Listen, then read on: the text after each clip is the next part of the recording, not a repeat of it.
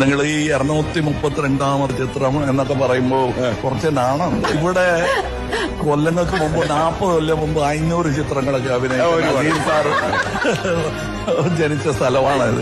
ഒരേ ഒരു രാജാവ്.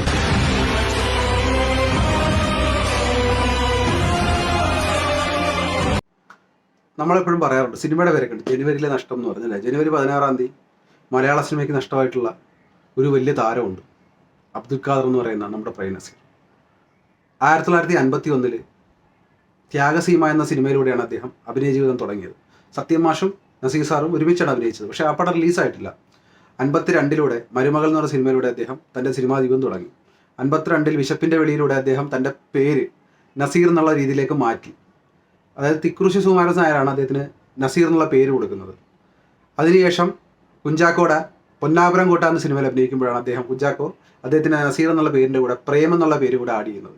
അങ്ങനെ അദ്ദേഹം പ്രേം നസീറായി. ഇന്ന് മലയാളം ഓർക്കുന്ന ഏറ്റവും വലിയ താരമായി.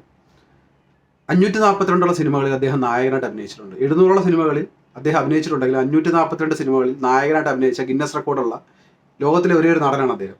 അതുപോലെ തന്നെ 130 സിനിമകളിൽ ഒരു നായികയുടെ കൂടെ, ഷീലാമ്മയുടെ കൂടെ ഒരു നായികയുടെ കൂടെ അഭിനയിച്ച വേറൊരു റെക്കോർഡുകളുണ്ട് നസീർ സാറിന്. ഒട്ടനവധി, അതായത് മലയാള സിനിമയിലല്ല, സിനിമാ മേഖലയിൽ തന്നെ ഗോസിപ്പിൽപ്പെടാത്ത ചുരുക്കം ചില നടന്മാരിൽ ഒരാളാണ് നസീർ സാർ എന്ന് പറയുന്നത്. അതുപോലെ തന്നെ ഇന്ത്യൻ സ്റ്റാപ്പിൽ പ്രത്യക്ഷപ്പെട്ടുള്ള രണ്ടാമത്തെ മലയാളി. 73-77 വർഷങ്ങളിൽ അടുപ്പിച്ച് 30 സിനിമകളിൽ മുകളിൽ നായകനായിട്ട് അഭിനയിച്ച നടൻ.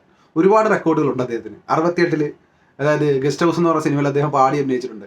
ലിപ്പ് സിംഗ് ചെയ്ത് പാടുന്ന നടന്മാരിൽ ഏറ്റവും ഫേമസ് ആയിട്ടുള്ള 2 പേരാണ് ലാലേട്ടനും നസീർ സാറും. എത്ര മനോഹരമായിട്ടാണ് അവർ അഭിനയിക്കുന്നത് അല്ലേ.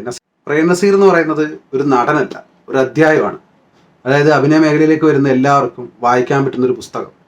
ഇപ്പം കമലഹാസൻ സാറ് പറഞ്ഞ പോലെ തന്നെ അല്ലേ, കുറച്ച് നാണമുണ്ട് എനിക്ക് അല്ലേ. 500 പടങ്ങളിൽ 40 വർഷങ്ങൾക്ക് മുമ്പ് 500 പടങ്ങൾ അഭിനയിച്ചിട്ടുള്ള നസീർ സാർ ജീവിച്ച മണ്ണാണെന്ന് പറയത്തില്ലേ.